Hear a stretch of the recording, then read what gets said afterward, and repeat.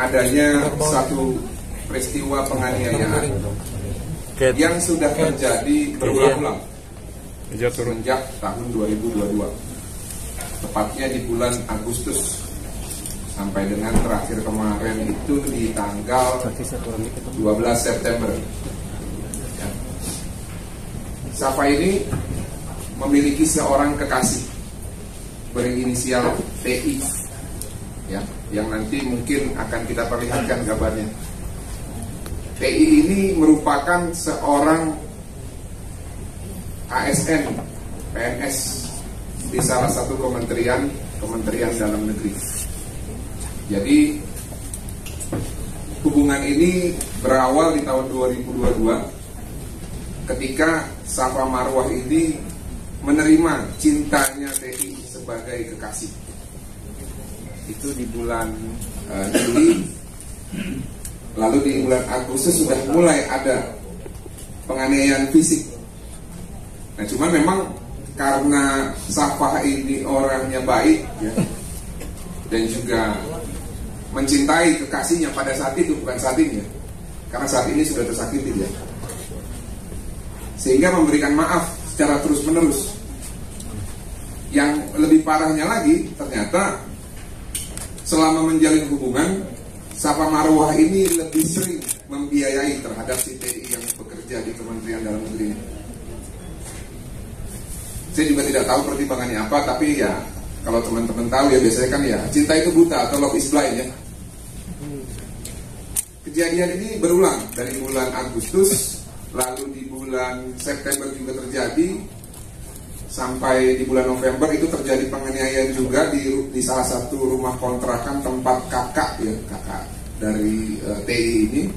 Di situ Safa itu dijambak, lalu didorong, dihempaskan sampai terluka, rambutnya rontok. Pada saat itu Safa dibiarkan begitu saja sama orang-orang di sekitar tanpa ditolong. Nah, karena memang merasa terancam, akhirnya Safa ini pada saat di daerah Cempaka Putih mendatangi polsek setempat, membuat pengaduan. Lalu diterima pengaduannya, didatangi ke rumah kontrakan tersebut, pelakunya diundang ke polsek untuk ditanyai ataupun diinterogasi. Namun terjadi restoratif justice, ya, berdasarkan Perkap 2019 itu nomor 6 kalau nggak salah. Di situ pelaku menangis-nangis minta maaf dan meminta untuk diberikan kesempatan. Nah, karena Safa pada saat itu mungkin berpikir mungkin masih bisa diberikan ruang untuk maaf atau bertobat, akhirnya dengan penuh kasih dia memaafkan kekasihnya itu pada saat itu. Ada juga nanti dokumentasinya pada saat terjadi perdamaian. Tapi ternyata pasca perdamaian itu berulang kembali. Hampir setiap bulan terjadi cekcok, yang pasca cekcok laki-laki ini melakukan penganiayaan kepada Safa Marwah. Entah itu dijambak, entah itu dipukul, entah itu didorong. Pokoknya hal-hal toksik seperti itu sering berulang sampai dengan di bulan April 2023. Pada saat itu mereka sedang ada di dalam ruangan tempat tinggalnya Safa. Safa sedang nonton TV karena mungkin sudah waktunya untuk mandi gitu, ya, izin mandi. Tiba-tiba nggak dikasih izin, digampar pelipisnya sebelah kanan atau kiri? Sebelah kiri, ya. Dan menghasilkan luka robek dan lebam yang mengucurkan darah tidak berhenti. Di situ si pelaku TI ini yang bekerja di salah satu kementerian ataupun Kementerian Dalam Negeri ini, karena mungkin dia paham yang dilakukan itu merupakan suatu bentuk tindak pidana, dia mencoba untuk mendekati dan membujuk supaya Safa ini tidak melapor kepada yang berwajib. Bahkan dipantengin terus. Setiap ada telepon di reject, setiap ada bukti-bukti foto di delete. Akhirnya urunglah niat untuk melaporkan. Pada saat itu akhirnya dilakukan tindakan. Si laki-laki ini mungkin karena dibilang agak mungkin pelit kali ya, dia menawarkan untuk dijahit itu di rumah sakit biasa. Nah cuma kan dia nggak paham bahwa Safa ini kan public figure, tidak bisa dijahit di tempat-tempat biasa karena akan menimbulkan luka yang akan mudah terlihat. Sedangkan aset dari public figure kan salah satu adalah penampilan. Lalu Safa bilang, saya harus dijahit di tempat yang lebih estetik gitu ya. Nah itu nanti juga ada buktinya, karena kan kita nggak sempat visum pada saat itu karena dipuji. Lalu dilakukanlah penjahitan, tapi masih ada sekarang bekasnya.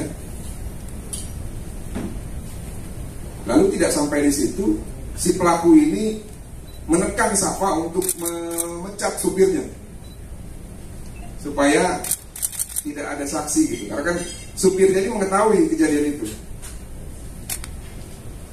Dan akhirnya mungkin karena pada saat itu tertekan ya, saya wajar sih memang kadang-kadang dalam hubungan itu kan ada, dalam hubungan toksik ada dominan gitu ya, ataupun relasi kuasa di situ.